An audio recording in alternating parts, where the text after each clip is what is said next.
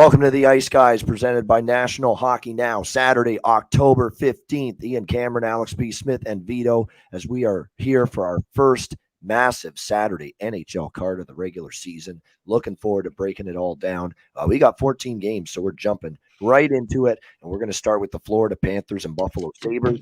Florida minus 190, road favorites, total of 7 in this game. The Buffalo Sabres team we had pegged to be a better hockey team this year.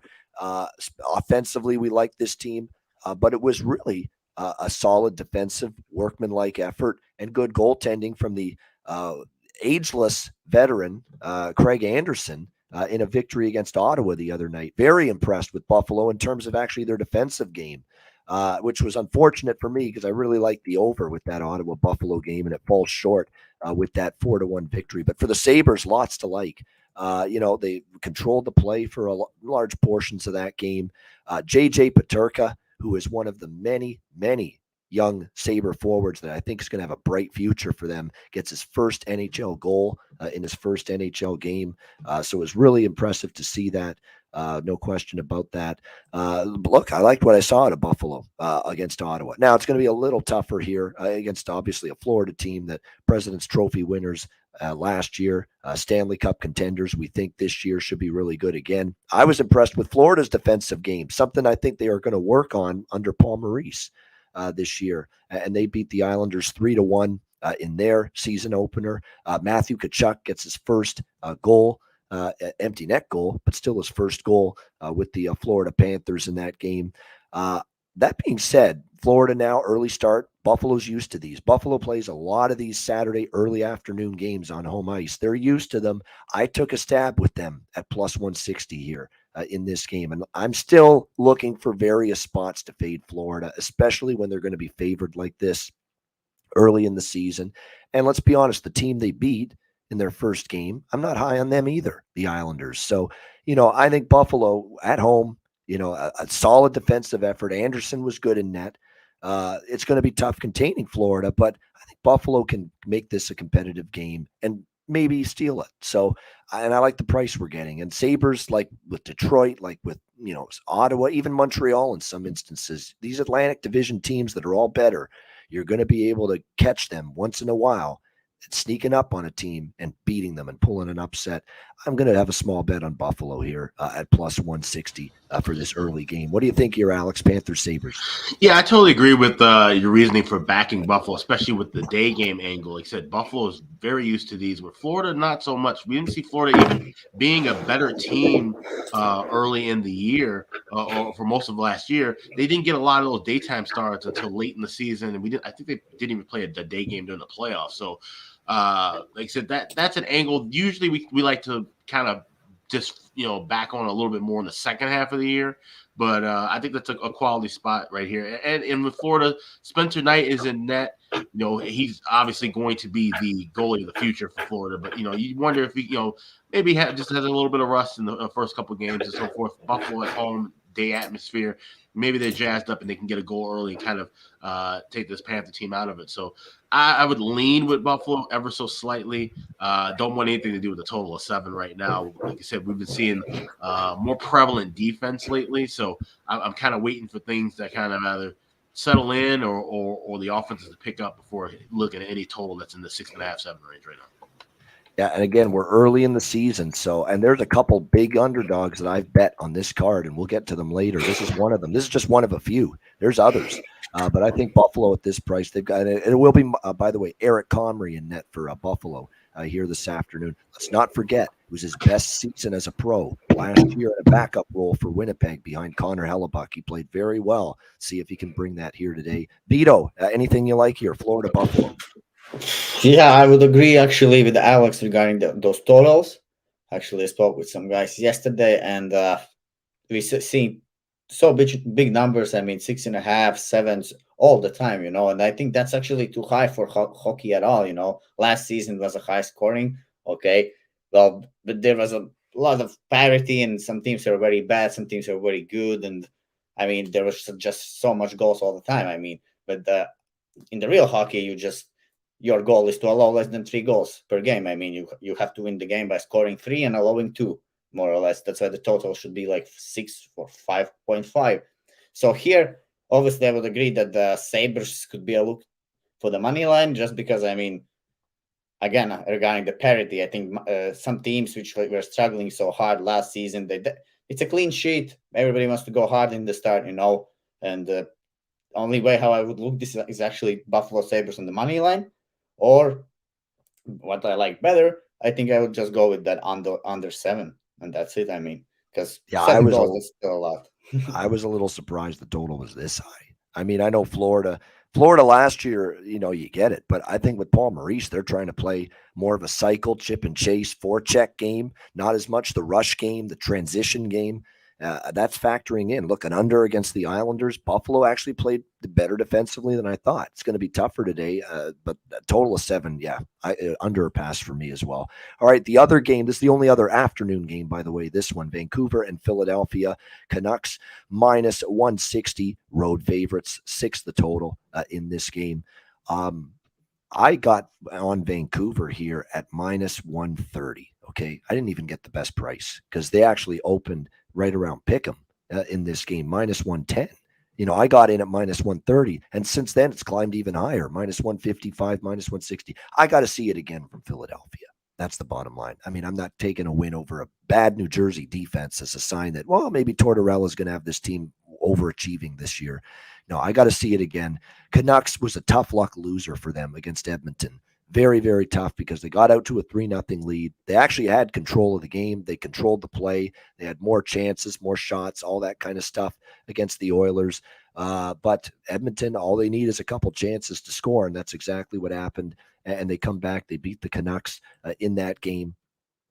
On Wednesday, it was by a score of 5-3. So Vancouver now looking to bounce back from that loss to the Oilers, 3-0 lead. And like I said, Edmonton scored 5 unanswered goals. And like I said, against New Jersey, they won 5-2, but they got outshot. It was a very good game in net for Carter Hart. You have to be encouraged. He was very good in net. They did a good job neutralizing the Devils for the most part. But again, I've got to see it against a better hockey team. And I think Vancouver is still better than New Jersey and will be better than New Jersey. So, but now the problem is a value standpoint. It's a question of value, right? If you didn't get Vancouver at even money, you didn't get Vancouver at minus 120, or hell, even if you didn't get them at minus 130, like I did, you really want to lay minus 160 now, where it is now? I'm not so sure about that. So I would say don't bet it at the current price. I mean, I got minus 130. I'm happy with that, but I would pump the brakes now at minus 160. I'm not on Philly. I wouldn't recommend Philly, but I would maybe take it easy if you're considering Vancouver now at minus 160. It feels like the price has moved just a little bit too much. Maybe a lean to the under here as well, because I think Vancouver is going to want to play a little bit better defensively after what we saw against Edmonton. What do you think here, Alex? Canucks, Flyers? This is a clear pass for me. Vancouver is the better team. Like you said, this number's moved in a big way. No way I can back Philly. I want to still see kind of more of what these two teams have to offer. And kind of the same angle with the other early game. Philly plays a lot of these day games. Vancouver doesn't. At the beginning of a road trip and flying cross country, so there's internal clock time 3 hours behind. So this is one I want to kind of see. Maybe Philly, if they can hold it close, they could steal the first period. But like I said, I'm just not really ready to back either one of these teams just yet. I want to still see a little bit more from Vancouver. And like we said, we talked about in the preview for the Flyers, we think they're going to be pretty bad. So may not be a lot of spots to bet on them at all this year. Yeah. No confirmed goalies. Projected Demko versus Hart, but neither one has been confirmed yet. Andrei Kuzmenko for Vancouver. I will be on that player prop to score a goal. I talked about him in the last time we talked Vancouver before the Edmonton game. He gets on the scoreboard. He is going to be a big-time boost for that offense. So Andrei Kuzmenko prop for me for Vancouver as well in this game. What do you think, Vito? Canucks, Flyers? This is a very interesting game for me because I got it at plus 105. Yesterday, I think morning, something wow. like that. I saw you got the absolute best. I didn't. I saw that price and I was like, this. I saw I because I backed Flyers in the first game against Devils. I just thought and what happened in that game. I mean, Torts, he's like smart coach. He knows how to play against each team. He sees that for the Devils, the top players are young kids. I mean, Hughes, and so on. Jesper Bratt, all he did was some hard hits, very hard hockey. and those players kind of disappeared in the second or third period. There was no offense. So yeah, that Flyers was there, and I also thought about Canucks. I mean, if perhaps Canucks are gonna lose the first game against the Oilers, and then they're gonna go and win against the Philly. And I saw that price at plus 105, so I took it. I still think, of course, well, there was a 2-day rest, so that means Vancouver has been already in Philly for a couple of days. I mean, they should be ready to go here today off the gate, I think, especially if they lost the first game, because I was expecting them to have a hot start, with this new coach, as everyone else spoke. And the Kuzmenko looks good, obviously. So, yeah, well, the price now, that's the question. I mean, it's minus 160, minus 140, so it should be plus 140, right? There's a mistake in this thing. Okay, but yeah, the price is now regulation. I think regulation is the only way to go. I think Devils didn't look good in that game. It's not like Flyers is an amazing team. There is like Frost looked good. I think you can actually play a prop on him. So he was very nice. I liked him. A lot of expected goals. And well, and the team is still, the Flyers, I mean, maybe they're not as bad as everyone speaks. I mean, they will just go out and prove everyone wrong every night. I mean, let's see how long they can do that.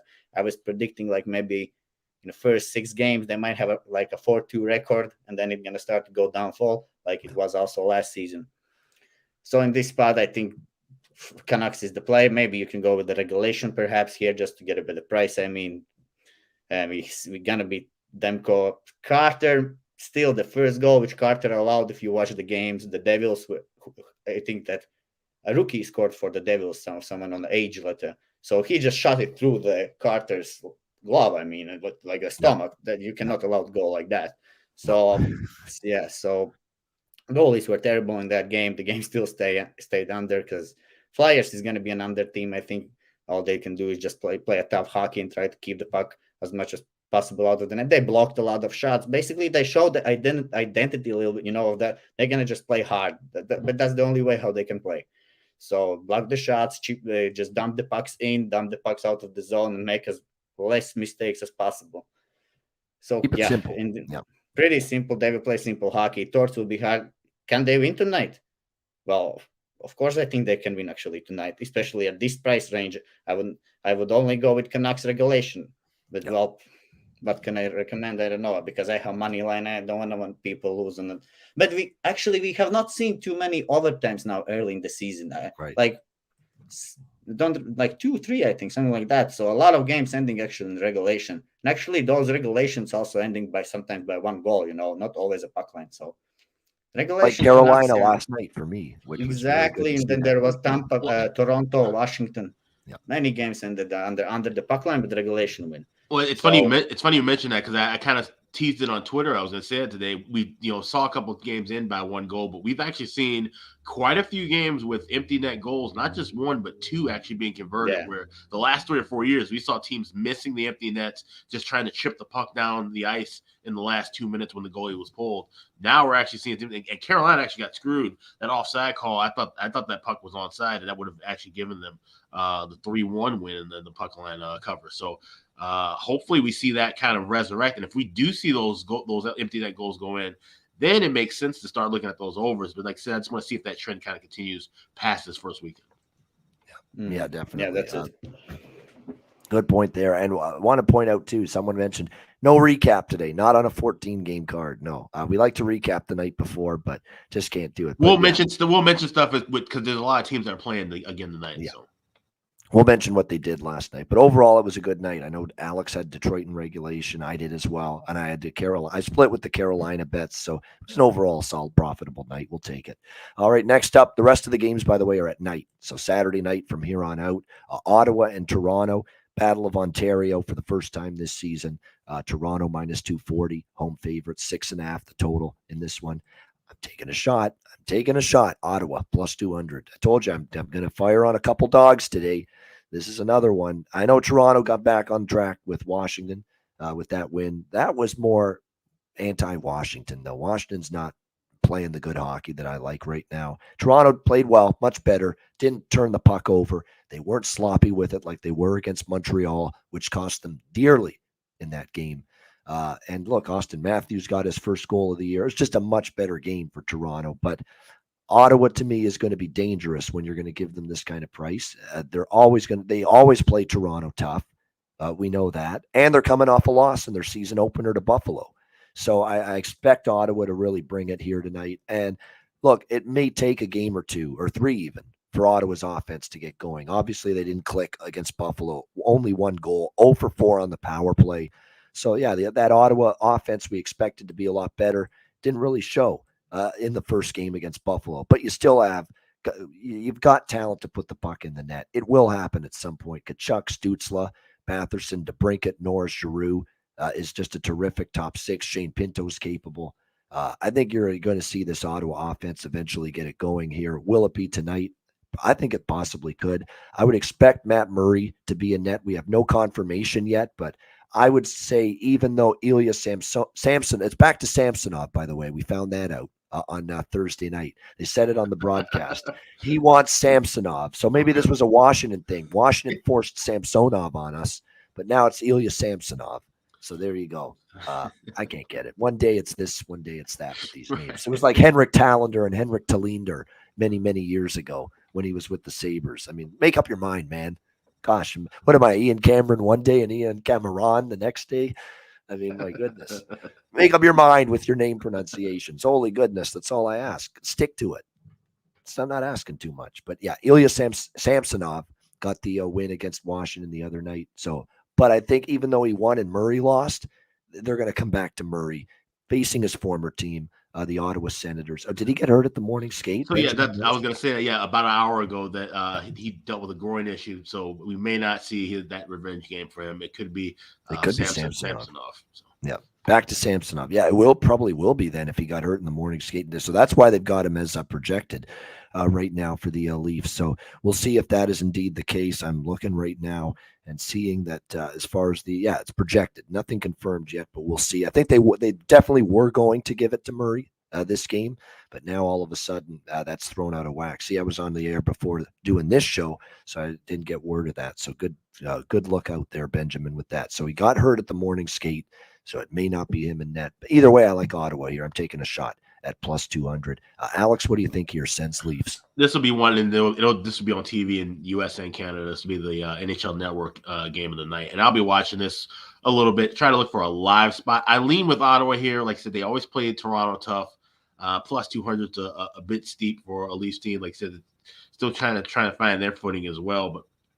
But with Samsonov in net, like I said, and I believe he's going to take over as the number one starter. Not because of Murray now getting injured. I just think he's just the better of the two goalies. And Murray was probably a little jazzed up to play in this game because it's his old team and the team that really just kind of, was ready to just jet him away for nothing while in the midst of rebuilding it. And I wonder if that makes a difference too when we start talking about these like kind of revenge angled spots or old team spots. If you're a guy that was, the starter in an Ottawa team that struggled forever, and now all of a sudden everybody is loving Ottawa because the addition by subtraction was you, then so that's I definitely would want to look at Matt Murray maybe later on if he gets healthy and plays against Ottawa. I think that is a good angle for that first start against them. So it's kind of unfortunate we don't have that tonight to factor into the handicap. But I would slightly lean with Ottawa. Like I said, their offense, when it does get rolling, man, it's going to be red hot. And I think it could be in this game. Obviously, we know how Toronto's blue line can be spotty at times. And with this being a rivalry game and Ottawa knowing that, hey, if we're going to make some noise and be the team that all these people are hyping up and saying that, we're ready to make that next step, you got to beat Toronto. You got to win a division game, beat a rival, on Hockey Night in Canada. That's going to be, I think, a big motivational factor for them. So slightly with Ottawa, might jump on something live. Just want to kind of feel out the first 5 or 6 minutes of this one. All right, Vito, Ottawa, Toronto. Yeah, I mean, only way how I would look this is Ottawa Senators.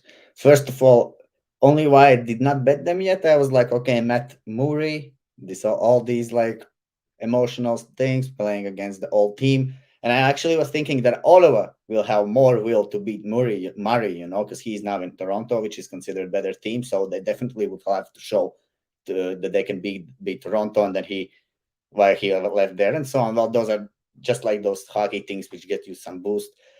But yeah, with this price, it opened up like I was checking yesterday. It was like Senators at plus 130, plus 140, or plus 150 range, something like that. So everyone has left went to on Leafs side, and well, otherwise the Leafs they have superstars in offense, Marner, and Matthews, and Nylander. Well, and then they have Tavares, right? And well, obviously Bunting. But in the deep pairs, Mazin is good, right? And someone else there is like decent, I guess. But overall, I don't think that this lineup actually is like a Stanley Cup contender lineup. I don't know. I think there's much better lineups out there in whole NHL than Toronto have. I just don't.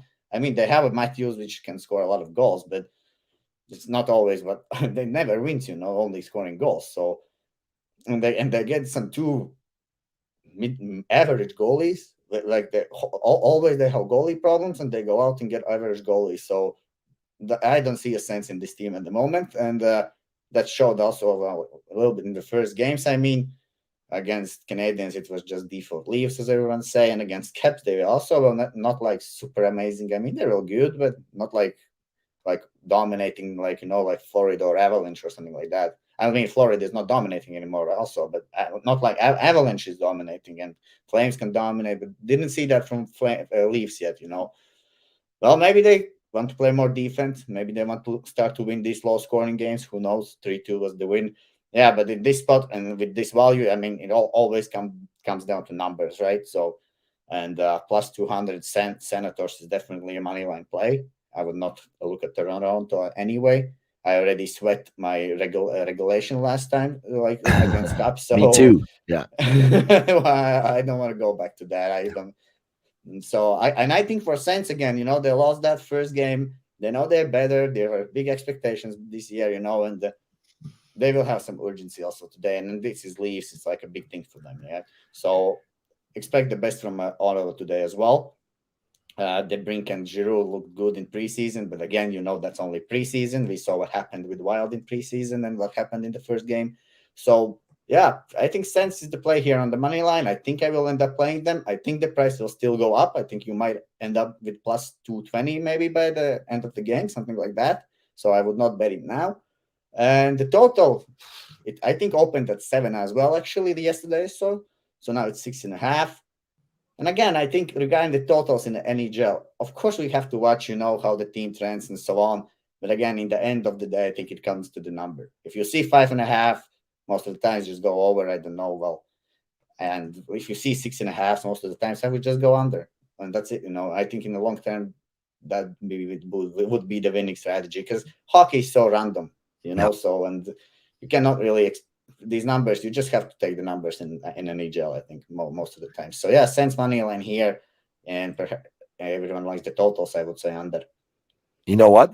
3 of the last 4 meetings have gone under with the Senators and the Leafs. So I think Ottawa, there's going to be good spots for the over. But again, I got burned thinking the offense would be clicking right away against Buffalo. It isn't.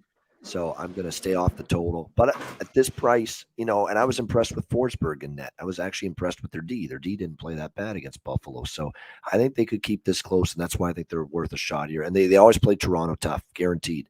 This Senators team. So plus 200. And the Leafs are going to be one of these teams this year where I think off a loss, you want to back them, because we saw it against Washington. Focus is there. They're just a little bit better, sharper with the puck. They don't make as many mistakes. But when they're off a win and they get that good feeling again, that's when you see Toronto bobble a little bit. So we'll see how this one plays out tonight. All right, Arizona, Boston. We've got the Bruins minus 325 home favorites, 6.5 the total. You know what? There's something that I saw that Pittsburgh game, and they exploded early, 3-0 lead in the first period.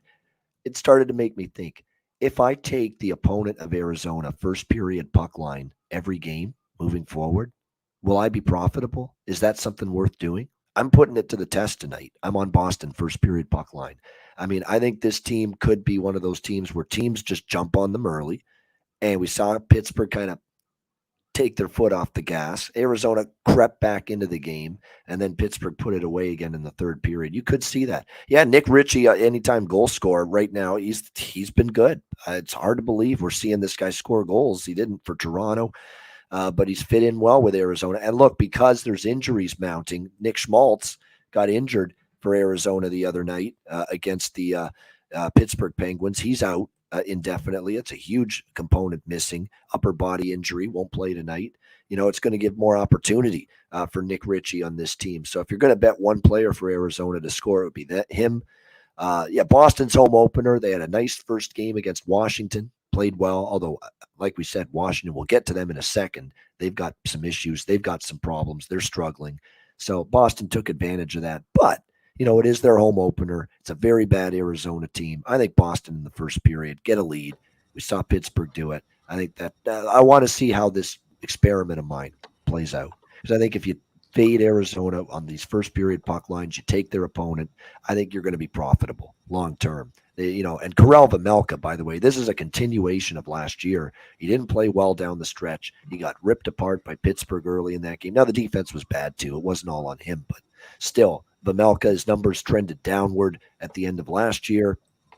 Ugly first start, and he's back in net for Arizona tonight. Jeremy Swayman will get the nod for Boston after Allmark actually got the start against Washington. So Boston first period puck line's about plus 105. What do you think here, Alex? Coyotes Bruins. That's an interesting theory, and I definitely like it. But the one caveat with it is that Arizona's so bad. Like you said, you're seeing plus 105. That's the best price available. I'm actually seeing some minus $5s as well. So if they do start to keep, continuing to have these poor first period starts, you're not going to get much value on that. I'm taking a shot here with the first period over. Bet Online had it at minus 135. It's up to 140, 145 in most shops. That's a bit high usually, but I'm actually going to roll with it. It's in the same vein in theory of what Ian is saying. I like Boston to jump out early in this game, especially with the home opener, especially against a bad Arizona defense and Vejmelka. I mean, the guy's, if he's going to be facing the same kind of rubber he was at the beginning of last year, he's in for a world of trouble. But at this point, if I'm going over 1.5 minus 40, 45, all I need is, 2 Boston goals, or if I get an Arizona goal 1-1, which would, crush the puck line, I still get the money there with the over. So it's the same concept, but I'm just going to go for what I feel is the safer approach, over 1.5, even at 145 here in the first period. All right, there you go. Liking that, and I agree with that. First period over. I might add that as a bet too. That first period over, because that's going to be the trend with Arizona. In a lot of games, they're just so bad. The team gets up 2-0 in the first period, or it's 3-0, even like Pittsburgh did, and then they take the air out of the balloon. Right? Just play defense, protect the front of the net, and don't let Arizona back into the. We don't need any more goals against this team. Just play very good defense. So that's why first period overs, first period puck line, with the opponent against Arizona in Arizona games this year. That's might be a good theory. You're 2-0 already if you did it against Pittsburgh. First period over and Pittsburgh puck line against first period against Arizona. So I kind of lean both ways. They cashed the 2 in that one with 3 goals in the first 5 minutes. So. Yeah, no doubt. What do you think here, Vito? Arizona, Boston. There is too much games on the slate, to think about this Arizona team. But only way I would look at it, I think, would be under. I would think that Arizona will try to play a little bit tighter. I mean, than the first game, not to allow 6 goals. That would be their target. I think it's not target to win tonight. I think tonight is the target to allow like 3 goals. That would be the good game for them. So only way how I would look at this is under. I think so. And what I don't know what to even say about this. There's no number you can play on Bruins. I think like puck line is minus 140, but puck line with minus 140 also too much. And Arizona is the team which I think is the worst. So if there will be a parity in NHL, with some teams getting closer, and you will find great spots with underdogs when to like Sens today and so on, then the Coyotes is one of the teams which I don't know when I will bet. There has to be a big fade spot for the opposition to bet Coyotes. So under 6.5 would be my bet here, but I'm not playing it. So basically lean, I guess. I thought this, look, let's also keep in mind that Boston, to begin the season, they've got some pretty favorable scheduling situations here. I mean, they've got some, Washington's, to me, I had real issues with Washington, concerns. They played Washington, and then they play Arizona tonight. So you talk about easing your way into the season, those 2 games to start. My hope is Boston just pummels Arizona tonight, and then maybe we go against them with Florida in the next game. because they host Florida on Monday, and then they got Ottawa Tuesday, Anaheim. So there's some tougher games coming up for Boston. And remember, they're still without Grzelcyk, although he's close to returning, McAvoy, Marchand. But as they showed against Washington, Bergeron's there. He had a great game. Krejci, first game back with the Bruins, had a nice game against Washington as well. Czech line will be good. Czech line looks very good. Who is there? There was this Pasta, Krejci, and not Zaka. Yeah, Zaka, Krejci, and Pasternak. You're right. The Czechia line.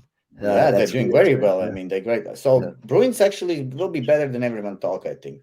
So in the first game, I wanted to back them against the Caps. I unfortunately didn't. They took over, but I think they will be better than everyone. Czechia line. I've got to get Czech Republic out of my system. It's Czechia now. The way they want that nation called. All right, Tampa Bay, Pittsburgh. Pittsburgh, 5 years ago, this was an incredible match. It's still pretty good, but it's lost a little luster at least. Pittsburgh minus 165, home favorites, 6.5 the total. Obviously, look, Tampa on a back-to-back. They bounced back against Columbus last night. A nice win for the Lightning in that game. This is now a pass. I mean, I'm not laying this price now. I was kind of interested in Pittsburgh with Tampa on a back-to-back. But not at this price. I mean, it's still you're giving Tampa Bay plus 145 right now, at plus 150 even in some spots right now. So I can't do it at this number. Pittsburgh did take care of Arizona 6-2. And by the way, Pittsburgh, how about the fact that dating back to the playoff, last year playoff games included, 9-0 to the over, believe it or not, in their last 9 games. So we'll see if that carries on here. I will say this, keep an eye on the goaltending situation here for Tampa, because we saw Massey last night, back-to-back. Maybe we see Brian Elliott tonight, very possible. He ends up being in net for them. So I might get there with over 6.5 if that's the case. If it's not, we'll pass. I lean Pittsburgh, but now the price has just drifted too far for my liking. At minus 125, I'm a buyer, which is where it opened. Minus 165 now with Pittsburgh. No, it ain't happening. What do you think here, Alex? Yeah, this is what I'm going to be looking to play live as well. I'm going to look for the over. I want it to drop down to 5.5. I get 5.5 minus $1.20, then I'll fire on it. We've seen this meeting 3-0 and 2 to the over. Those 2 pushes fell directly on 6. So if I can get a 5.5, like I said, with possibly Elliott going and Pittsburgh, seeming to play more of a kind of faster style. Tristan Jarry, I don't really trust that he can put up the same numbers that he put up last year. He was great, but can he duplicate that? Remains to be seen. So I like 5.5 over live. So just wait, maybe after the 15-minute timeout. Hopefully we get that number. We can strike on it. All right, good stuff there. All right, Vito, Tampa Bay, Pittsburgh. Yeah, interesting, because I was looking actually to play this. This line opened at minus 110, minus 110 yesterday in my book. So I did not pull the trigger. Now it's like minus 165. What I was looking at is actually under 6.5. I have not went to it, but that last year when they played, it was like 5-1, 5-1, I think, and something a little bit higher score. And if you just open the box scores, there is like 3 empty netters per game. Yeah. So there's a lot of times these teams play 0-0 first period. They start very slow. And then they pick up the pace, which tells you what Alex is targeting. He's targeting live over, which is a very, very possible thing in this game. Yes, so if you like, there's 2 ways to go with this, I would say. You can go with under 6.5, or you can wait for the number to drop and maybe take that 5.5. But, I think you will need empty netters to get there. I think this could be like a 3-1, 3-2 game, and then the empty netters, they will pull goalies early, and perhaps it push over in the empty netters. But yeah, my play it's my lean, and I don't have bets under 6.5. That's what I would go with here. Yeah, and by the way, the old veteran trio, they've been together forever on this Penguins team. They all played great against Arizona. Crosby, Malkin, Letang. Crosby in that win against the Coyotes. He had a goal and 2 assists, 3 points. Malkin scored a goal. Letang had 2 points in the victory, 6-2. Funny, interesting stat. It doesn't have anything to do with betting. It's not something you can use in betting and handicapping. But we know Sidney Crosby, Evgeny Malkin, Chris Letang, they've been together forever. We're talking, I think, 17, 18 years now. They've been together with the Penguins. They have tied the record with the New York Yankees trio of Derek Jeter, Mariano Rivera, and Jorge Posada. From that, they were together on the Yankees from 1995 to 2011. Crosby, Letang, and Malkin, that trio has tied that Yankee trio for That's longevity amazing. with the same team in North American sports. How about that? That's something you may not see that happen again in any of the major North American sports. That's something that's so rare with free agency and salary caps and stuff. So that's incredible, incredible mark for those three guys. And like I said, with all the issues they've all dealt with, said all three of them have had their injury concerns over the years. To still keep that longevity, that's an incredible streak. Yeah, no question about that. Absolutely, very impressive from all of them, no doubt, and a good first game for all of them the other night against Arizona. All right, next up we've got Detroit and New Jersey. The Devils -170, home favorites, 6.5 the total in this one. Detroit cashes in for Alex and I last night in regulation against Montreal. I mean, that score was flattering to Montreal. Jake Allen was very good. Detroit dominated much of that game. If not for Jake Allen, it could have been worse. I thought they were very good defensively. This guy can coach, Derek Lalonde. I think he's a great hire. Look at the improvement defensively. Montreal didn't have a ton of grade A chances. They had a couple, but they didn't have a ton. And this guy is hammering home better defense for Detroit. And we saw that last night in the victory. Yeah, the offense, it might take some time for the new pieces, Baron, Andrew Kopp, all of them to get, assimilated and comfortable. But the structure and the team game was there against Montreal last night. Very impressed with the structure of the team. They looked like a coherent, structured, sound team. Puck management was good all night long for Detroit. You like to see that. I can't say that about New Jersey. Puck management was anything but good against Philadelphia. Turnovers, mistakes, weak goaltending on one goal, especially by Blackwood, as his inconsistency continues. It's just been disappointing. So we'll see how this one goes. It's going to be not surprising that Lindy Ruff is turning to Vitek Vanacek, giving him a chance tonight after a less than impressive opening start from Blackwood. I think it's going to be back and forth, Blackwood and Vanacek until someone pulls away with the looks like a clear-cut number one goalie. And then you've got Alex Nedeljkovic. He will be in for Detroit, second night of back-to-back games for the Red Wings. I'm betting Detroit here again tonight, +150. It's not best bet material, but like I say, I'm more eager to bet on a team on a second of back-to-back games early in the year. The fatigue's not there. It's early in the year. Everybody's still fresh. Nobody's tired on a second of back-to-back games at this time of year. This is just, to me now, just pretty crazy price to be putting New Jersey out there, -170 here in this game. So I like the Red Wings here. Plus, like I said, we got a lot of dogs on my card tonight, and this is another one. Detroit, +150. What do you think here, Alex? Red Wings, Devils. Wait, we'll go to Vito first. Let me jump in. All right, go ahead, I will. Yeah, I will get my food delivery. It's about to come here. Yeah. Red Wings couldn't put that puck in the net yesterday, right? It was an amazing pressure from them. I mean, everybody was talking about those 25 shots in first period. I saw that everywhere. But again, the total is at 6.5. And I mean, yesterday we saw that low-scoring game with Detroit. I mean, could expect exploding it today. So wouldn't take this under in this case, I think. I could see this game going over, actually. And regarding the side, well, Devils should have a much better game today. I mean, what happened in that first game, and again, those were Flyers. I mean, they play hard hockey. This Red Wings team is not as Flyers. Maybe it's not doing so much big hits. I mean, they're still the same pretty young team, same age as Devils, so it's going to be two young teams running here around. I can see this game going over, I think. And regarding the side, why not to go with Red Wings? I mean, I have not also placed anything yet here, so I will cap myself a little bit and publish on my Twitter page today all the bets, I think I've more looking here at the Red Wings. I mean, the price is way overpriced on Devils. I mean, they're not that good as the price shows. So this is NHL. Hockey is very random. So I would also lean Red Wings.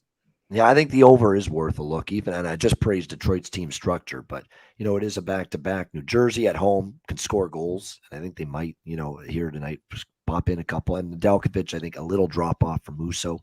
But I think Detroit can score against this. Again, this Devils defense is still work in progress, and their goal, even Vanacek was up and down last year. He might be better than Blackwood. He probably is, but he's still up and down for my liking. So I don't mind an overlook. I'll probably put a couple of bucks personally on the over as well in this game, 6.5. What do you think, Alex? Detroit, New Jersey. It's a double not so fast, my friend, right here. I like New Jersey. I was on Detroit last night, and I really like that spot for them. But they kind of, 25 shots, like I said, on goal.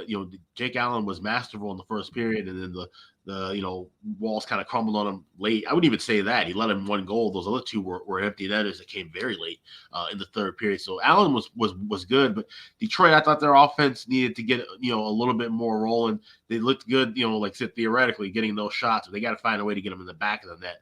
New Jersey, like I said, they've got works in progress, but I think the Miles Wood quote really kind of might wake up the room tonight. He says, I'm sick of being on a losing team. He says, we're kind of just going through the same old shit again. Don't want to, have another bad start. He says, this is a must-win game for us. Yeah, I think he's one of those guys in that locker room that's really going to kind of get, be one of the leaders, take the reins with this young core. And get things rolling the right way. So that on top of the home opener, I think that gives them a little energy, a little juice.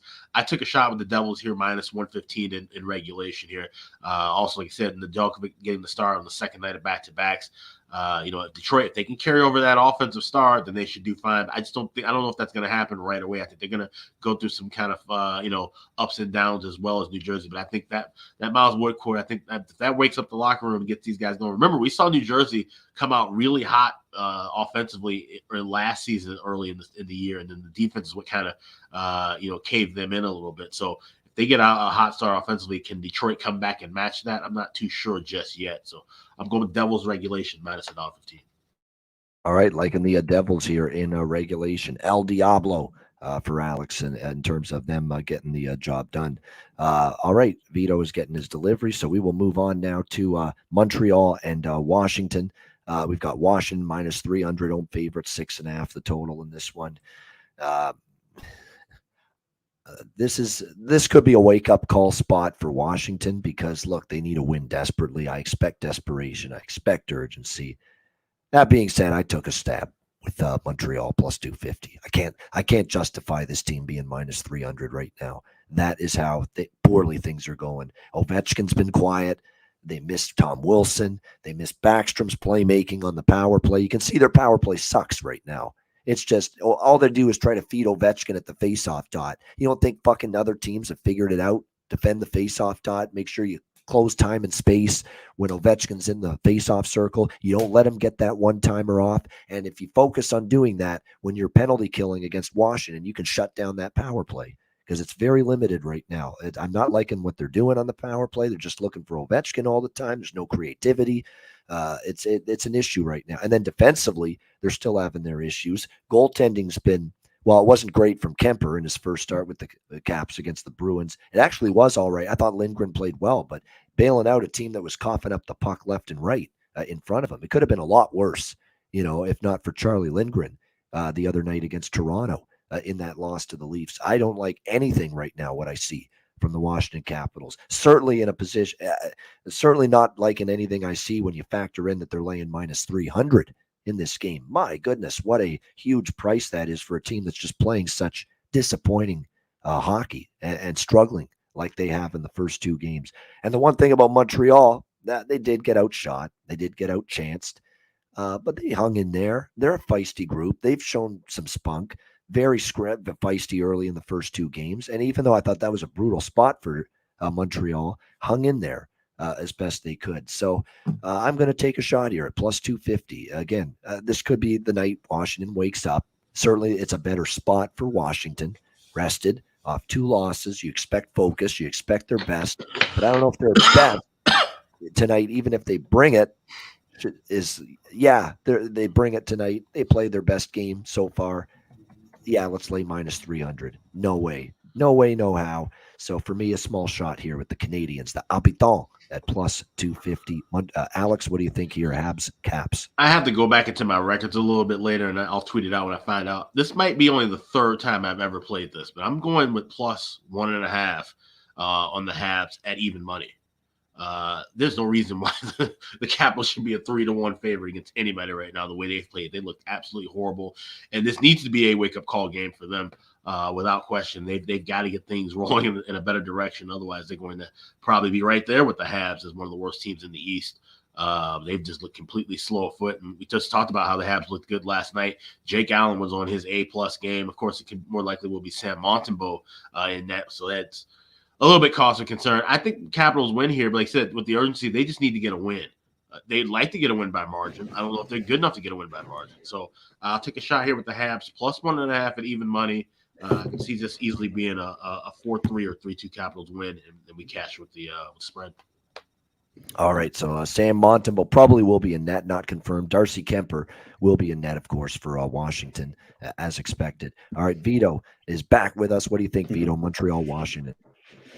Yeah, well, I heard a little bit what you spoke about, guys, and yeah, well, I like to say one thing in hockey. You know, it's not always about the skill; it's about the will. You know, so and here, I mean, the will should be with Capitals, and the skill should be with Capitals, but the way they play, I don't see that they can. I mean, they just slow. I mean, Ovechkin is getting slower. If you just notice, guys, this year he's even slower than he was before, I think. I mean, and he's not running like he used to run, you know. And they are actually, I don't know if you saw, guys, they are mixing up the lines for this game now. They are going with different lines. So let me just check. I think the guy which they put down is Protas. Because I also did not see. Yeah, Alexei Protas. Yeah. And they're splitting up Ovi with Kuznetsov. Yeah. So Ovi is playing with Dylan Strome and Connor Brown. Yeah. And we have second line center Evgeny Kuznetsov with Anthony Mantha, and TJ Oshie is bringing up from the third line. So now he has made top 6 very strong. Then we have, what about this Marcus Johansson? I think he used to be better. The guy has to step up. Okay, he's playing with Lars Eller and Protas. So the lineup is just, it's not like it's a great lineup. I mean, and this Darcy Kemper, I also think he's overrated. I mean, just because he was in the Colorado Avalanche, and I don't think he's that good goalie, you know. He's just an average Toronto Maple Leafs goalie, you know. Every goalie, which I would be not surprised if they signed Darcy Kemper and it's still like the same Toronto Leafs team. So hard game. I would go under. I think again, totally 6.5. I can see this game going under. So, well, just because maybe Canadians, but 6.5 is still a high number in hockey. So, could see this try to be again maybe a low scoring. I don't know. I have not pulled anything on this game either. So, I said my opinion. I don't think Capitals they should win, you know, but they remind me something like Islanders. I mean, Islanders also should have the will, they should have win, but somehow we're gonna speak about that game, I think, very soon. They're playing like Ducks today, so let's leave it for that. And I think Capitals are kind of the same situation like Islanders, like just they don't have anything going at the moment. No power play, nothing, you know. So how can you really trust? I mean, it's not gonna happen overnight that they're gonna come out now and score 3 power play goals today. They will still struggle. I think they still will score. Like they had a better game against Leafs. They were very live there actually, and I think but because it's gonna go, they should win today, but the number is too high. So only way how to look at this, I don't know. I would just skip it. You can tell Vito is in riddles when it comes to this game. It's a tricky one for him. For me, it's not tricky at all. It's take a shot with Montreal. If it loses, it loses. I'm keeping it small. It's just I'm not buying Washington being favored by this much. All right, we got Anaheim and New York, the Islanders. Islanders minus 165 home favorites, 5.5 the total. Here's another underdog, folks. Anaheim. I like Anaheim. Now, Anaheim didn't play great, and they still won. They didn't play really good at all, to be honest, against Seattle. Came back from a third period deficit, won that game. I like this Anaheim team. I got him over 79.5 points. I like Zegras. I like Terry. I like McTavish is there now for a full season. He's going to have a good year. He already got in on the, setting up playmaking in the first game against Seattle. Was very good. He was all over the puck. You like to see that in his first game of the season. They bring in Frank the Tank Vetrano, Ryan Strome, good veteran additions. And by the way, Ryan Strome scored in his debut, 3 points in his debut. Frank Vetrano scores a goal in his Anaheim debut. Talk about great paying dividends already. These new additions, Ryan Strome and Frank Vetrano for Anaheim. This is a good team, and they're gonna surprise people, I think, and they're gonna cash some tickets as an underdog at times this year. And I'm not sold on the Islanders. I mean, they lost to Florida. Their offense is still what I expected, not great.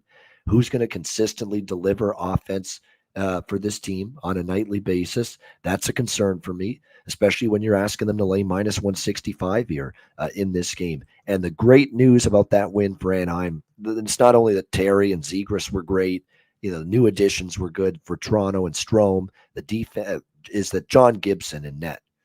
There was times that Seattle was swarming Anaheim. He had to make some big saves. I know he gave up 4 goals, but he faced almost 50 shots. He was very good. It was one of the better performances last year and this year combined from Gibson. That's a good sign. If Anaheim is going to have any chance to contend for a playoff spot, John Gibson has to bounce back.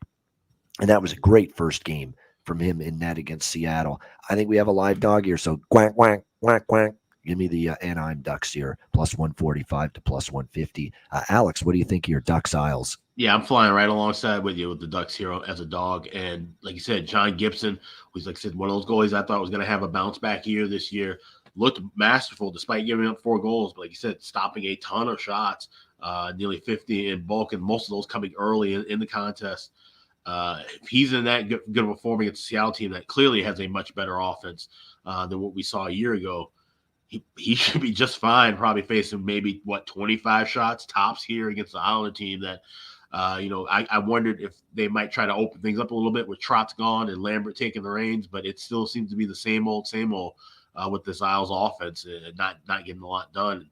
Styles make fights. I think we see Anaheim, like I said, to keep that tempo and pace and find a way to get the W here. So plus 145, that's a great price here. I'm going to go with the Ducks. And you look at the Anaheim Ducks, by the way, their last 2 visits to Long Island here, they beat the Islanders 6-5 a couple years ago. Last year they lost, but 4-3 right in that game. And Anaheim's better, in my opinion, this year compared to last year. So, like I said, I think Anaheim's got a shot here. What do you think here, Vito?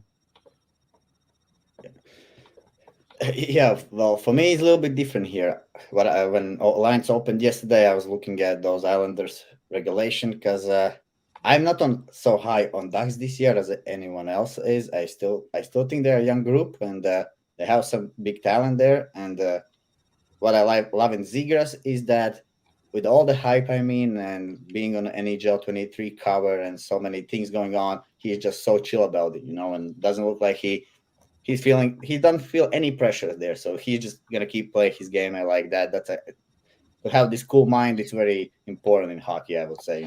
You make the best decisions then. And well, overall about this game, yeah. So I don't like the Ducks because simply, again, I say they're a young team, and I think they will not play amazing this year. I don't know. And the first game showed us. I think Seattle was much better in that game. Ducks crumbled back late in, and I was looking at that Islanders here in the regulation, but they also have let me down too many times. But I think this should be an Islander spot here. I mean, the team will want to prove, I think, that they have. Everybody talks bad about them, and that's when you want to prove something going wrong. And I mean, Panthers is still a great team, okay? So maybe they could not win the Panthers, okay? Well, Panthers is a great team, but this is the game which Islanders should take care of. If they don't take care of this game, then definitely this is another, I would say, bad season for them. I have not pulled the trigger yet on the regulation. It's around the plus money, I think, all day. So, yeah, though, I would not back Ducks. I think they're on a long road trip now. I mean, they have the talent. They can score the goals. But I think I don't like their coach, first of all. I don't think that they have enough veteran presence in the team. So I think that's what's gonna hurt them in the season. I think there's gonna be a lot of not focus, like mistakes, I think, and they will get dominated as that game. So don't see a big bright season from them. So for this game, I'm definitely not going with the dog here. Only way how I would look at these Islanders in the regulation, but I have not bet it as well. Okay, lean Islanders in regulation haven't been. I got to disagree with you, Vito, on one thing. You said if the Islanders lose this game, then maybe it's just going to be a bad season. Nobody's going. You can't say that after 0-2. You know. Yeah, but I mean, Ducks is the team which they should. This home arena which they have, how it's called, this new stadium, and whatever. I hear what you mean. We're concerned about the Islanders if they lose tonight, right? But are we saying season over 0-2? No. This is the first year they have this new arena, and they just Ducks is the team which they should take care of it. It's not like Panthers. So. Yeah, right, and that's the thing. Yeah, they don't have the hardships against them from last year where they had to be open 15 on the road. You got a regular start and you're still looking as bad as you did a year ago. That's concerning. Yeah, that's no question. I mean. And by the way, apologies again for the voice today. I know it's a tough listening to my voice today, but we're powering through it. It's the best we can do. And by the way, I also have to disagree another thing with Vito. What Vito said. Vito said a very young team, and but they've added Strome, a veteran, Vetrano, a veteran, Klingberg, a veteran. Sorry. Beaulieu's been around. Beaulieu we can consider a veteran now. Nathan Beaulieu, he's been around. And those young guys, they've had to kind of shoulder the load because it's been such a bad team for a while. So this is a team that's kind of they're going to be learning. The youngsters, they'll be learning on the fly, pun intended. Moving forward and having that veteran presence, it makes them a little bit sharp. I think, like I said, you're not high on them this season. That's fine. I think me and Ian have a little bit more faith in them. Not saying I don't think they're a playoff team. I still think they're maybe a year or two away from that. But I think they're way better than they were last year. They were just absolutely abysmal, especially on the back end. I think they've kind of shored up some things there. It's interesting that some things we disagree. We got to see how it plays out. I think it's amazing. That's right. It makes the show better. We can. I like it actually when we have difference of opinion, especially early in the year. You're going to see that, and this is not by design that I'm on a lot of dogs. Someone asked me that. No, it's just the way the card worked out today. A lot of the teams I circled to have bet on spots, especially as underdogs, are playing today, and they're dogs. Anaheim, go on to Ottawa. I mean, there's a bunch of these teams. Detroit. I mean, there's a bunch of them here in this kind of situation. It's just the way it worked out with this card. Hell, I'm even tempted by our next underdog, although I don't know if I'll be betting them, and that's LA as they take on the Minnesota Wild. Minnesota, minus 170, home favorites here. The total 6 across the board. I don't know if I'll pull the trigger with LA, though, because I have not liked I didn't like what I saw against Seattle. Okay, they didn't push back when they were down by 2 goals. That was very disheartening. They really didn't mount a full throttle attack on Seattle when they were trailing in that game. Not the kind of response I wanted to see from LA after a tough loss to the Vegas Golden Knights in their opener when they lost the game in the final minute. Turnover led to a Mark Stone game-winning goal. So I didn't like that response. I do think maybe getting on the road it will help. They get away from LA, maybe you bond a little bit, and that's certainly going to help the Kings here a little bit in this game. But LA has not done well against Minnesota, including here in Minnesota. You have the Wild off their own loss that they didn't sit too well with them, 7-3 to the Rangers the other night. So I expect Minnesota to bring it, and I think that if they do, they'll probably win. So I'm going to lean LA just because of the price. But I don't like what I saw in that Seattle game. And look, their offense was fine against Vegas, but they had a couple of defensive breakdowns in that game as well. And then, of course, after that, we saw, basically offensively, we saw LA struggle against Seattle, and then they had a few more defensive breakdowns. The special teams has been kind of underwhelming for the Kings. So it's been a variety of issues for them early in the year. So I lean LA, but ultimately I'm going to probably pass on this game altogether. Anything here, Alex? Kings Wild. Yeah, I like a couple of things here in this game. I got a couple of player props I'm looking at. I'm going to be looking at Kevin Fiala making his return back here to St. Paul.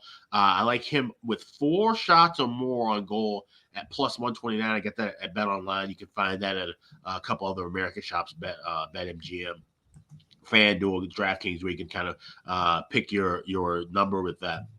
I also like Matt Boldy over 2.5 shots on goal at plus 108. This kid picked up a goal in the home opener of the loss against the Rangers. He's definitely going to get some quality chances and some quality looks on net here. And I like the first period over You're only laying 130, 135 with this one, over 1.5. We've seen these two teams, they played in the same division during the shortened season. They had some really good back and forth affairs.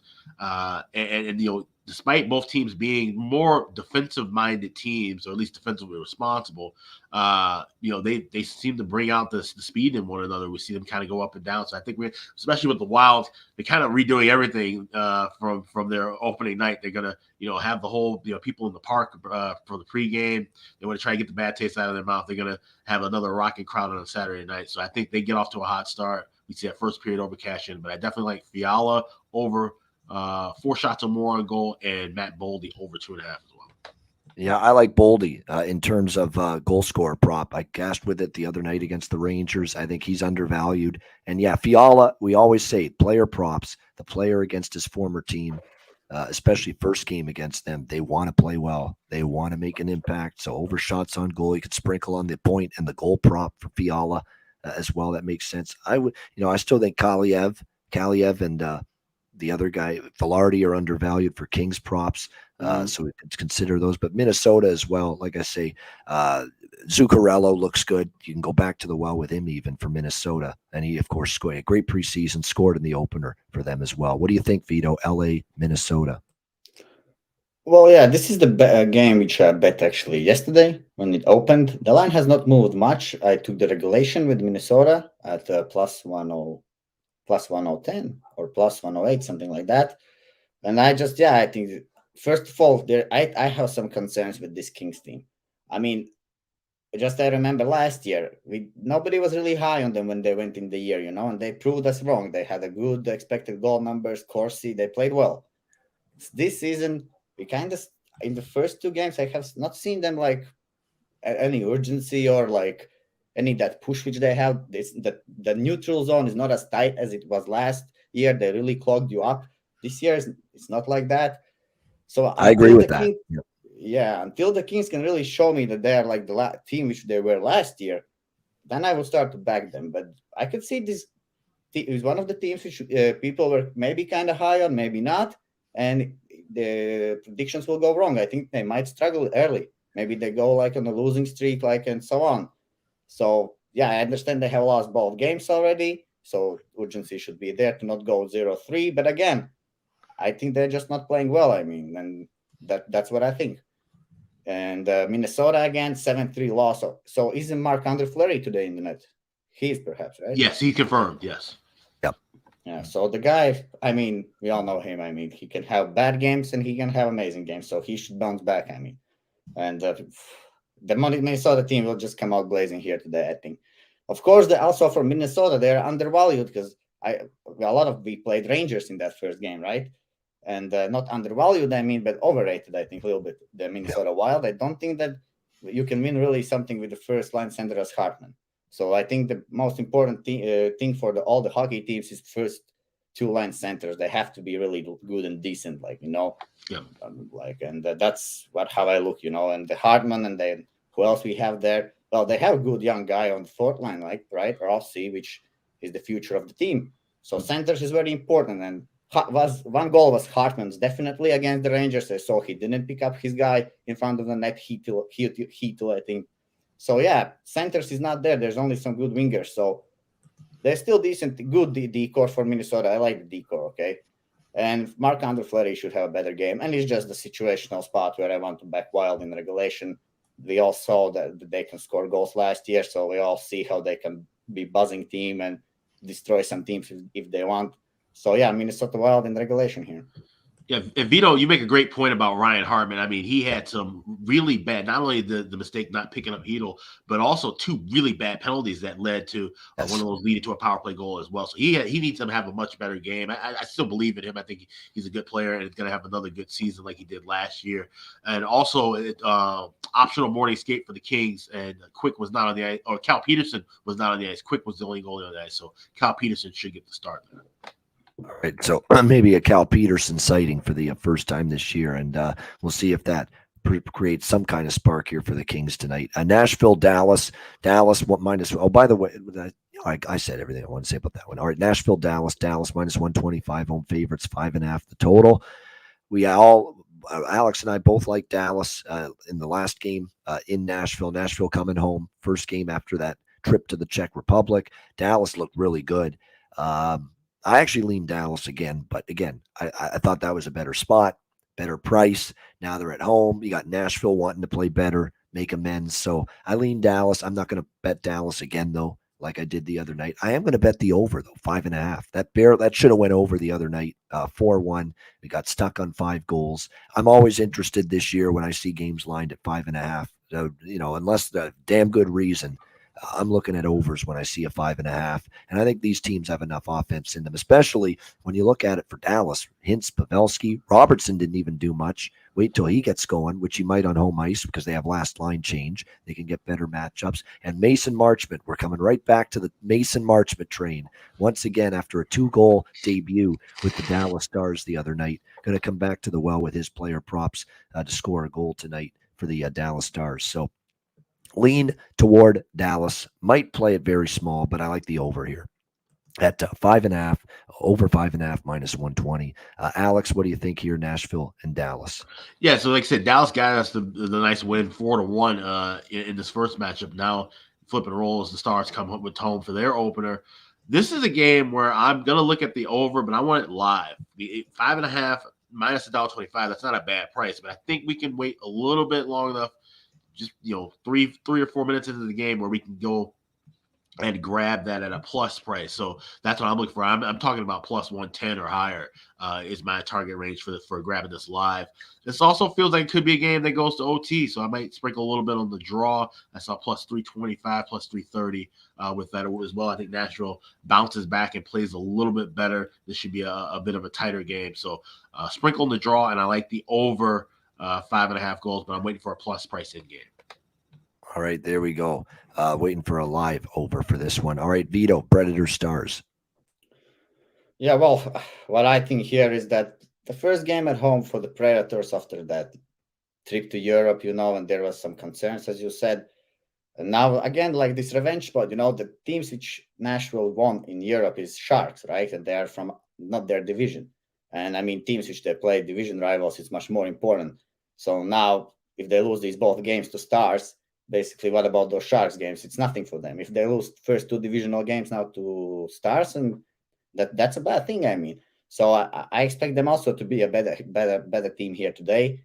Over, I like that over as well, and I agree. You also can wait a little bit because these teams tend to start slow. Always, I mean, we have 2 good goalies, and they tend to start slow.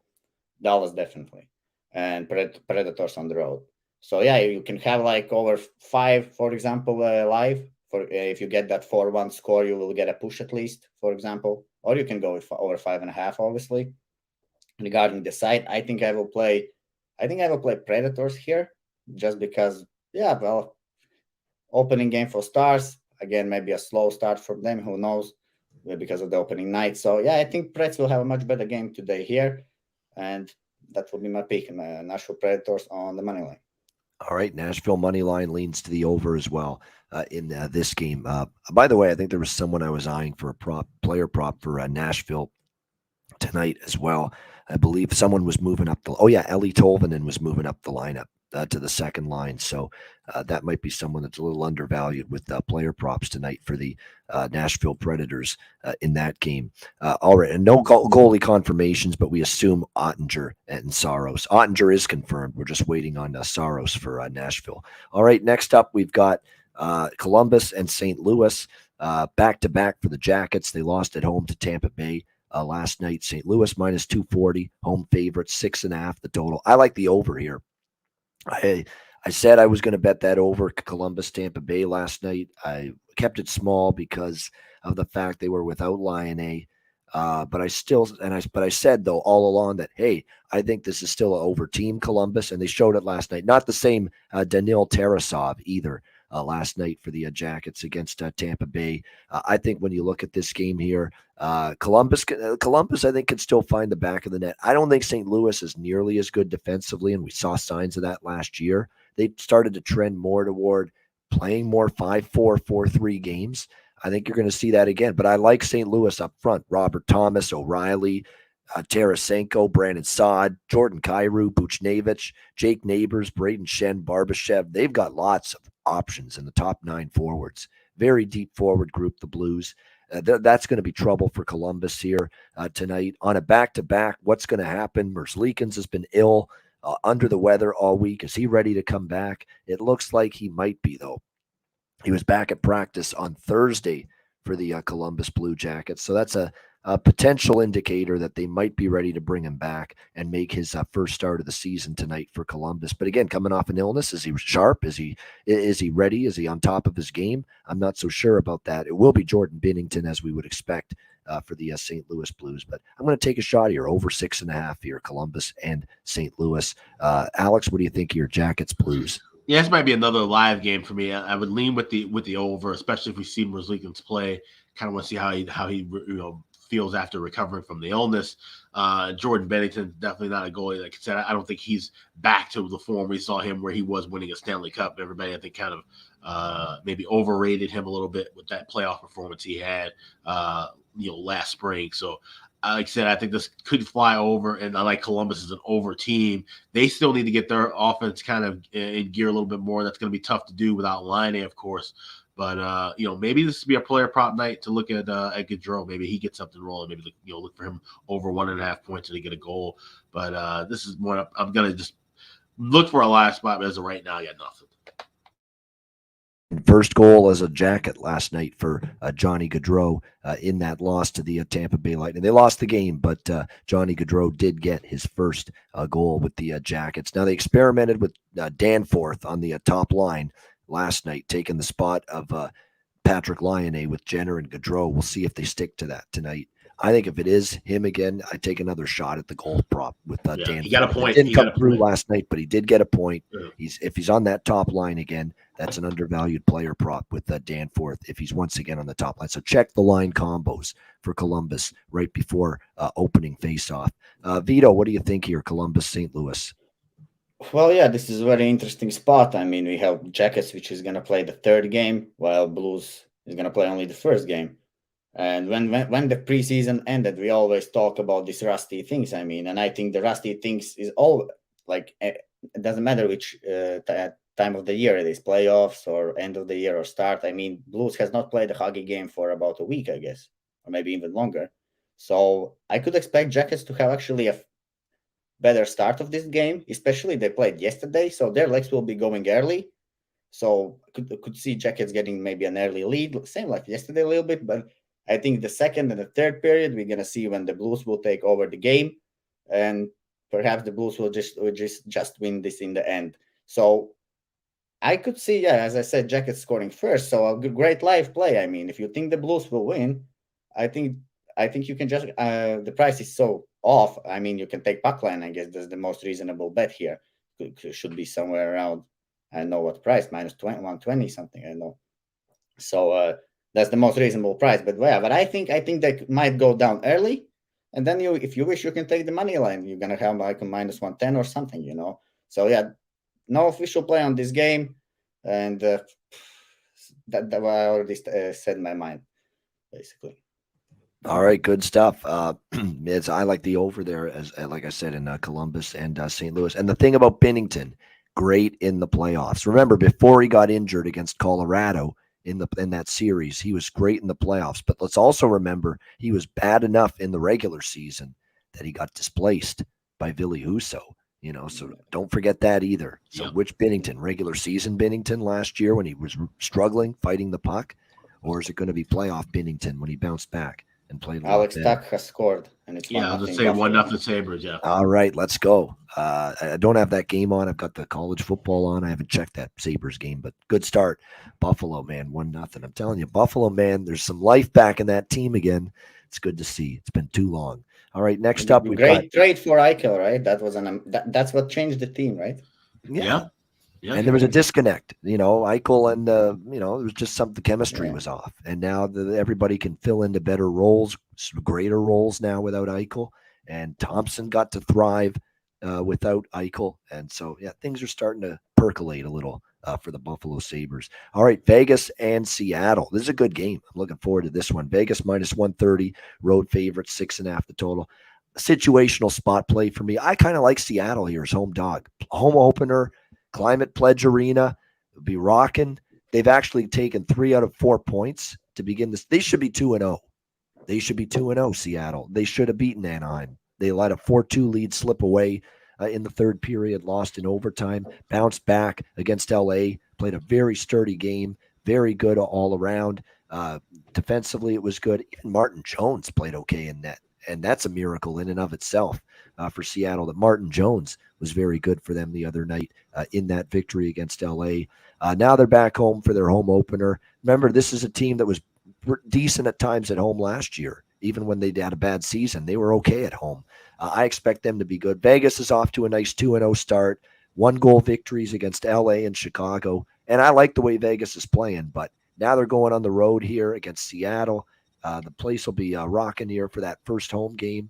Like I said, Seattle, I think in these home underdog spots, you're going to be able to pick some spots to back them here, and I like them here. I'm going to go with Seattle here, plus 110 in this game.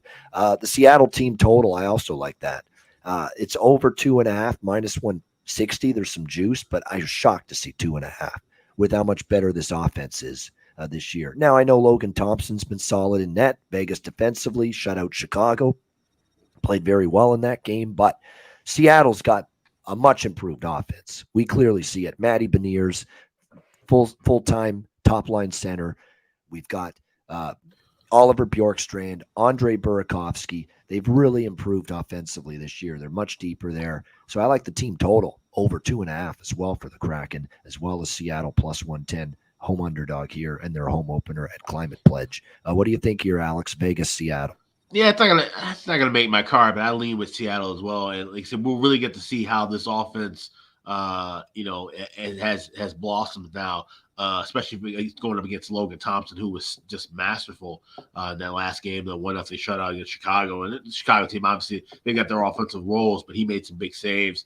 And the Kraken, like I said, they shouldn't be 2-0. They should have blown that lead against Anaheim. But third straight game against a division opponent as well, and the home opener. So they've got every reason to be jazzed up and geared up for this one. So it's a slight lead with Seattle. There's other spots I like on this big card.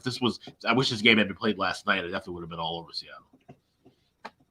By the way, too, the one thing about Vegas as well, in that victory against Chicago, some injuries came from that game. Mark Stone, questionable, undisclosed injury in that game against Chicago, so he's questionable for tonight. And Jonathan Marchessault as well. John Masserole, as Don Cherry would call him, missed practice on Friday, lower body injury, so questionable. Game time decisions, both Mark Stone and Jonathan Marchessault tonight for the Vegas Golden Knights. So they're missing those two guys. That puts even more pressure and more on the plate of Jack Eichel, who's been very good through 2 games, but puts even more on his, because that's 2 key catalysts for your offense. Puts a lot more pressure on Eichel and Riley Smith, especially with William Karlsson's game eroding. William Karlsson, that first year with Vegas, he was great, and he's been not the same offensive player pretty much ever since.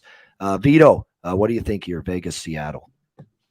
Yeah, well, the only should agree with this with you guys as well. I think having dog at home with a plus money on the opener, I think that's the way to go. I mean, and we already saw that Kraken can play better hockey this year. Burakovsky, Bjorkstrand, right? Great additions, helps to put up those goals. So yeah, I think Kraken is very live today at home at plus 110, right? Which is the price. I think that's an amazing price on a team like Kraken. I like them better, for example, as Ducks, right? So they put some good numbers on and so on. I was looking to try to find what's the team total over 2.5 goals for Kraken. It looks like the line is very small. It's like minus 140 or more.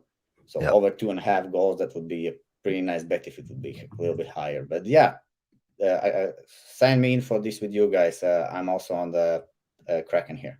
Yeah, you have to lay $1.60. It's not the price I usually love laying, but to get the 2.5, I think that's big. I think that was surprising that even a 2.5 was offered, quite honest, with Seattle's team total over tonight for their home opener for an offense that, as I've said, they scored 4 against Anaheim. They scored, again, a pretty good clip against LA the other night. So, yeah, I mean, Seattle definitely is a team much improved offensively, and we've seen that already through 2 games. Jones? Great game from Jones as well. That was shocking. Yeah, I will admit. That is shocking. Yeah. I will admit, I didn't. Yeah. Oh no, I was just saying a question. I'm saying, would you adjust their team total if you have like a BetMGM? Would you go with a 3 for Seattle and try to get an even better price? Or Yeah, you could do that. You'll get a better price at 3. I bet MGM offers 2.5, 3, 3.5, 4, 4.5. They go by half goal increments. yeah, I'm With saying their team 3 totals. even minus 115. So I think that's good. Not bad. To get a better Not price.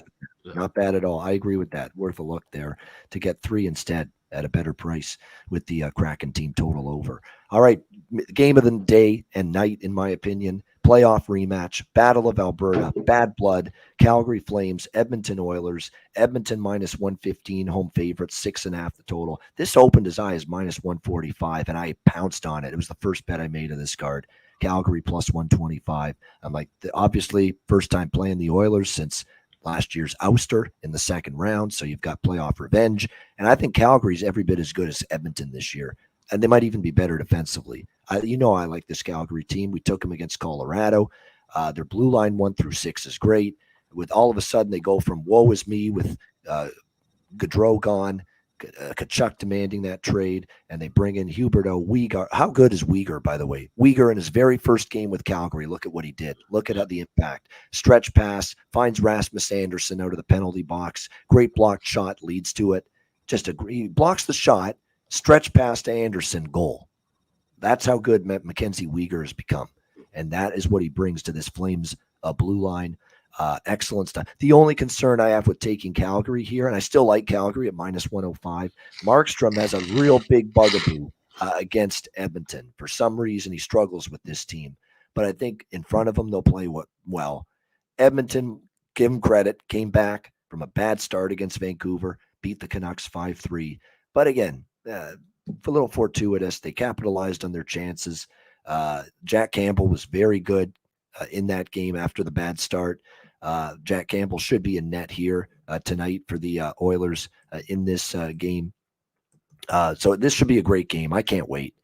First game since that playoff series last year. And I think Calgary, I give them the edge defensively a little bit here over Edmonton, and I think that'll be the difference. So I like Calgary here, minus 105 in this game. I don't mind if it's Vladar, Claudio. Actually, it's a good point. If it is Vladar, and there's apparently rumblings it could be, it hasn't been confirmed yet, I don't mind it. Vladar's capable. That's number one. And number two, Markstrom's had a bad stretch and bad run against Edmonton. Really, really bad for the Flames against Edmonton. For some reason, Markstrom struggles against the Oilers. So I wouldn't mind it if Vladar's in net. Totals-wise, I'd lean over because for some reason you get high-scoring games a lot with these two teams. They played a lot of overs. There's a lot of penalties, a lot of physical chippiness during the game, after the whistles as well. So that could lead to more power plays. So I do like the over here, 6.5 in this game. And I like Calgary. Even if it's Vladar, I like Calgary. I think they really this is not your average regular season game for the Flames. That was a tough loss in this playoff series last year. And I think they're on par with, if not better than Edmonton. So I like the Flames in this spot, minus 105. Alex, what do you think? This should be a dandy, Calgary, Edmonton. Yeah, I missed the best of the number, but I do like Calgary here in the spot like that with the playoff revenge, Battle of Alberta. This is one of the best rivalries, and arguably it's the best rivalry in hockey right now. This is definitely supplanted some of the more classic rivalries. You don't get to see all the original 6 rivalries as much. So I would say this is the best one in the league going. And 6.5 is a high total, but yeah, we keep seeing these teams going over that number, especially in the regular season. It's just an absolute barn burner. It's one of those things because it's a chippy rivalry. You see a lot of power play opportunities for each team. You see a lot of goals going back and forth. It's one of those where if you're watching live, you can kind of almost use the zigzag theory on who scores next. And find some good live betting opportunities that way. But with Dan Vladar, and like I said, somebody mentioned in the chat, yeah, he sucked in Boston. He was mid-range at best. But now in working with Jason LaBarbera, I've heard not just during the preseason, but in training camp, he's just in a better form. He's worked on some things, his upper body control. So I've heard that from a few scouts. And if you see the goalie chart over at patreon.com/ice guys, the average drop off between a starter and a backup for me is around 20 cents. I have Vladar as 15 cents and possibly even 10 cents difference with Markstrom. And Markstrom is one of the goalies that's favorite to win the Vezina. I think this is a great goalie tandem. I think Vladar has gotten some things in form, and I think we can see that tonight here. And even with Jack Campbell and possibly going for Edmonton, maybe that 6.5 might be a little bit too high. We might see some maybe be a defensive spot early. So I might even try to look at, trying to grab a, under 6.5 at a better price, and then trying to look for something, trying to middle and maybe just do something in game. I don't know. It depends on what we see in the first 5 minutes. I'm gonna stay away from everything and just kind of watch this one, but a lean to the Calgary as far as sides go. All right, lean to Calgary here, and it is confirmed. Jack, Jack Campbell, Jack Campbell in net for the Edmonton Oilers. Maybe Vladar for Calgary, but again, that hasn't been confirmed as of right now. Vito, what do you think here? Battle of Alberta. Yeah, crazy. Saw that number also yesterday, plus 120. And well, now we have this number. That's unbelievable. But yeah, I also saw what Connor McDavid said. He said that it's going to be an emotional game. I think it's going to be like one of those games actually where we're going to see like 7-5. I don't know. I think like that. I mean, it's going to be very emotional. I think there's going to be a lot of penalties. So yeah, kind of have a feeling that this will open up with a lot of goals. This is the only road game for Flames until 7th of November. I think they are in the homestand for a long time. This is the only road trip for them. So that could make me also lead the think that maybe it's going to open up. So hard to pick a side here. I also would go with the Flames. I mean, at that good price. But now when it has dropped, it's hard to decide. I mean, Oilers also is a great team, and even with that all playoff, what happened back in 2022 season, I still think Edmonton can win this game. And what I think, I will go with that over 6.5. But also, I always play overs during the game. So because always early, I mean, teams want to don't allow any goals. I mean, first 5 minutes usually are no goals, like Alex said one day, right? Those first 10 minutes, you have to divide the period by 10 minutes, basically, especially with those TV timeouts. Then that's when the games change. There's a TV timeout, and then fresh guys come out, and then we see some goals happening. So I think, yeah, until first TV timeout could be 0-0. Until after that, the price will drop. You might take that over 5.5, over 5. Let's see how much it drops. Yeah, but no official play on this. I would have taken Flames plus 120. I don't know why I did not pull the trigger. Yeah. But yeah, that's it pretty much. I think a live opportunity here. Yeah, and Vito, you make a great point about the scheduling too. Like, this is the only road game until November 7th for the Flames. So you go on to get a win against your rival, and then you come back home for a very long homestand already with 2 good wins against 2 teams you're trying to catch in the West. This is a really good spot for Calgary. They can kind of, try to coast along and build up something here. These are important points. We don't usually say that about points, this early in the season, but if they can put it together a great homestand and then get these start off with these wins, Colorado already and now Edmonton tonight, that's a really good spot for them for moving to at least the first half of the season. Yeah, no question. This is a great game. I'm definitely looking forward to it. See how it plays out. Battle of Alberta, Flames and Oilers. By the way, Dylan Holloway playing on the second line. He didn't have a great game against Vancouver, but I'm not shying away. I'm going to come back to some goal props with him. And Dylan Dubé for Calgary. He's going to be this year's Andrew Mangiapane, the guy that had a breakout offensive season. Last year for Calgary was Mangiapane. I think this year it's going to be Dylan Dubé, and he's playing on the second line.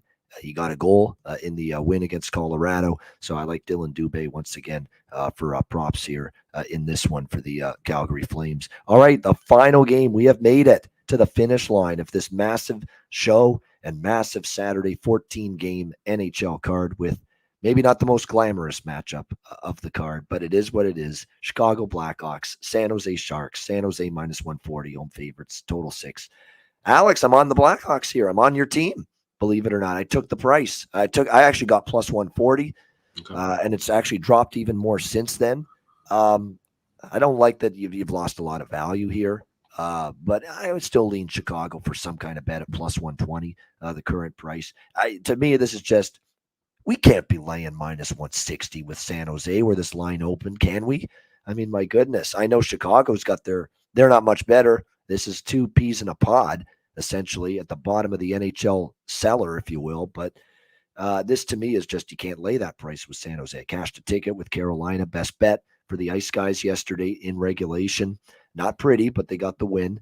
San Jose on a back-to-back. Kaapo Kakkonen, by the way, confirmed in net for the Sharks. We don't know who's going to be in net for Chicago yet. Will they go back to Mrazek, who struggled, albeit against a vaunted Colorado team, or Stalock, who is very good, believe it or not, solid actually in the 1-0 loss to Vegas when he started the other night. But regardless, I just thought you can't be laying this price with San Jose, not whatsoever. So I took Chicago here. I still lean Chicago plus 120. Now the total 6 shaded to the over is now 6 shaded to the under. I'm leaning toward the over. I know Chicago played an under 1-0 against Vegas, and I know San Jose has had some unders and 2-1 last night with Carolina. But look, San Jose played a Nashville team, solid defensively, played a Carolina team, very good defensively. This is a different opponent. These are two teams that each of them were involved in a low-scoring game in their last game. I think they come into the game tonight, say, let's get some offense going. Let's have some fun. Let's get up and down the ice. Let's try to get on the scoreboard early and often. So I think you have both teams taking that mindset. San Jose after being held to 1 goal against Carolina, Chicago after being shut out by Vegas. So kind of like you got two teams off a bad offensive performance, two bad teams playing each other. I like goals in these situations. So I'm going to go with over 6 here at plus 100 as well. Alex, what do you think here? Blackhawks, Sharks.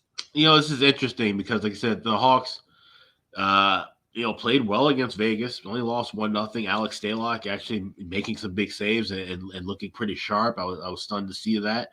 So they might go back to him. Like I said, they might go to Mrazek, who Mrazek played a great game. It wasn't his fault that they got shelled. It was the fact that there was, like I said, the revolving door of players for the Hawks in the penalty box. If you give Colorado that many power play chances, they're going to burn you. You could have, Martin Brodeur in net, and if you give this Avalanche team, that many power play chances, they're going to find a way to get into the back of the net. So that's being said, San Jose has given the Hawks fits at home over the years, except for like a small blip in like the early 2010s, the dynasty days. This has been a house of horrors for the Hawks. So with that, I'm going to go with the draw here, plus 335. I don't think the Hawks have enough to get the win. There's no reason why San Jose should be $1.40 now. That's really what my line would be. But to see it as high as it was earlier, I understand you, Andy, grabbing more of the value play with the Hawks. And Kaapo Kakkonen, like I said, I think he's going to kind of emerge in due time as the starter for this team. So I could see some goals. I wouldn't be shocked with a 3-3 spot going, past the third period. This would be a great late night game to kind of fall asleep to a little bit. And I think we'll see the excitement come with the 5 minutes after the regulation. So let's go to the draw plus 335. All right, going for some overtime with Chicago, San Jose with the draw for Alex in this one. Vito, Chicago, San Jose. Okay. By the way, Panthers have scored. It's 2-1 already. Yep. Yep. Yeah, I saw this line yesterday opening at minus 170. So I had send it to many of my friends, because I think it was ridiculous. I mean, how can you price it that off? I mean, and of course, I would agree with you also here, guys. I mean, plus 120. These teams any team can win this game. I mean, I was on the Sharks money line yesterday, Yep. which is interesting, but I could have cashed it. I just did these long road trips, especially Carolina, going from east to west, and the time zone change. They were playing very late game, so that's I thought Sharks could have a win. Then in this spot, I don't know, the Sharks team. I mean, with regarding Sharks, I don't think that they are as bad again as everyone says, but looks like actually they are. I mean, they cannot put any puck in the net. I mean, that's terrible. And well, Hawks. I mean, there is better players like Kane, for example. He can alone win this team. I mean, if he has an amazing game, if he has like 2+2, that's easy, because both these teams have played strong opposition, right? I mean, Sharks played Predators and Hurricanes, and Blackhawks played Vegas. And someone else pretty good, I think. So they really didn't have that much chance to grab that first victory of the season. So this will be a very nice game. I actually don't like that over at 6. I was expecting maybe 5.5, but okay, it's at the 6. I think this game could hit over. And well, no official play on this game, and would agree with you guys. I think Hawks is the way to look here, just because it's an underdog and hockey is so random, so any team can win this game. Yeah, it's to me this is a game where look, Chicago got shut out. San Jose scored 1 goal. So your first inclination is under. But you're two bad teams playing each other. Both of them going to think, "Hey, we didn't have our offense going last game. Let's get it going tonight." And both are going to think, "Hey, if I'm Chicago, I'm thinking, hey, if I'm Patrick Kane, I'm Max Domi, I'm anybody there, I'm saying, hey, we're playing San Jose. We can get some offense tonight. We're playing Sharks." And vice versa. San Jose is going to say, hey, we're playing Chicago. We can score some goals tonight. We can get our offense kick-started tonight against this team. So I think totally agree. Yeah, that's what I think you're going to see tonight. So I like the over, and I'm going to take a shot with Chicago at the plus price. Just me more than anything fading San Jose because I don't think they should have been laying the minus 160 that they were laying when this line opened. All right, great stuff. We have the scorers in these teams. Yesterday a lot of people were on Canadians and Red Wings over, but in the end of the day, I don't know. There is no scorers for Red Wings like Perron, but they couldn't put the puck. But here we have Kane, Taves. I think those guys can really score on power play and so on. Yeah, that's right. No question. Great show. To keep the show to just a little over 90 minutes with 3 people and 14 games, which is about as many games as you'll ever have on one day's card. Pretty good. We did good with the time, as far as I'm concerned. And by the way, great game here in the first period. Girgensons have scored. Yeah, Latvian guy. 2-2 now. Okay. Zemgus Girgensson, the countryman of Vito, there from Latvia. He's been there for. This guy has been in Sabres all rebuild. I think for 10 or 11 years. This guy is rebuilding forever in this team. Sabre lifer right now. Zemgus Girgensson, no question about that. But you're right. Buffalo now, you're right. You're a little tougher to defend Florida. Ottawa's going to be good offensively in time, but a little bit more difficult to defend Florida compared to Ottawa. But 2-2, they're answering each time. So great first period there. Looking forward to seeing how that game finishes up. Great stuff. Great show. Thanks to Alex. Thanks to Vito. Thanks to all of you for listening and watching. Hit the like button. Thanks for putting up with my terrible voice. Hopefully I get over this in the next couple of days. That's what I'm hoping for. Thankfully, no Ice Guys show tomorrow, so I can rest the voice. That will be nice. I'm looking forward to that. For sure. But great show. Thanks to the National Hockey Now people, by the way, for bringing us on board. Check out nationalhockeynow.com, by the way. Great website with all the specific team sites. Jimmy Murphy at the helm of Boston Hockey Now does a great job. Our colleague. We'll get Jimmy on every week starting this week. Looking forward to that. Patreon.com/Ice Guys. Just $10 a month. Our daily card for the show is on there. Podcast links, video links, Alex's goalie charts. My power ratings are finally going up. And I'll update those weekly and more on the Patreon page. So make sure you check that out. Yeah, definitely. I was going to mention with the Patreon page, we got bonus content coming as well that we're working on, and follow us on Twitter at @the_Ice Guys. Kind of did a poll asking, what do you guys want to see from the bonus content? We've got a few ideas that we're floating around. So let us know what you want to see. I mean, you guys are the reason why we have all of this. So we want to give you guys the content you want to see and hear and read from us. So check it out, subscribe, and like I said, have his stuff up. Mine's going to be updated tomorrow, and I'll try to have it updated every Sunday, if not twice a week, moving forward. Especially once we get out of football, I'll be doing it at least 2 to 3 times a week. Yeah, no question about that. Check out patreon.com/Ice Guys. A reminder, no show tomorrow, but we will be back on Monday with the Ice Guys. Again, no games in the NHL tomorrow. It's an off day for the league, a dark day for the NHL. No games, so we will be back on Monday, 2 p.m. Eastern, for our next edition of the Ice Guys. All right, best bets to wrap up the Saturday show. Alex, we'll start with you. What do you like for best bet? I'll give you 2 for 1. We'll go 1 with the AHL. Chicago Wolves have their banner raising ceremony tonight. They're playing against the Milwaukee Admirals. Hated rivalry. They're actually plus 185 at Bet Online. So you can't really play big limits on that, but I just throw something small, and I think that should be able to get the win at home. But with the NHL, my official best bet, the New Jersey Devils minus 115 in regulation. Miles Wood, he's sick of the bullshit. He's sick of the losing. He wants to get things rocking and rolling, and I think he might be able to lead that young core, get that locker room riled up tonight for that home opener, get the fans behind them as well. And Detroit, even though he got the 3-0 win last night, the score was a bit misleading.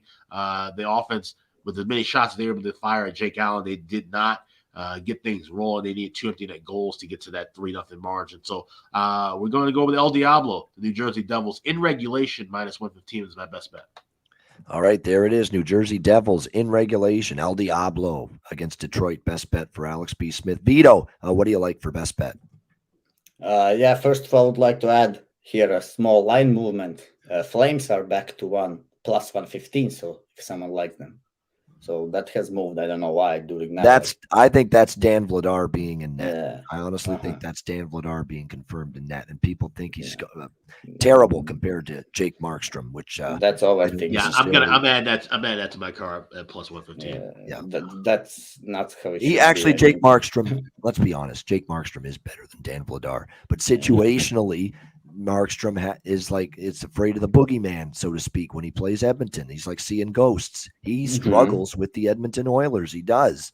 So for this spot and this opponent, like I said, I have no issues backing Calgary with Vladar, considering the failures and the struggles of Jake Markstrom against Edmonton. He didn't play well against Edmonton in the regular season. He struggled in the playoffs against Edmonton.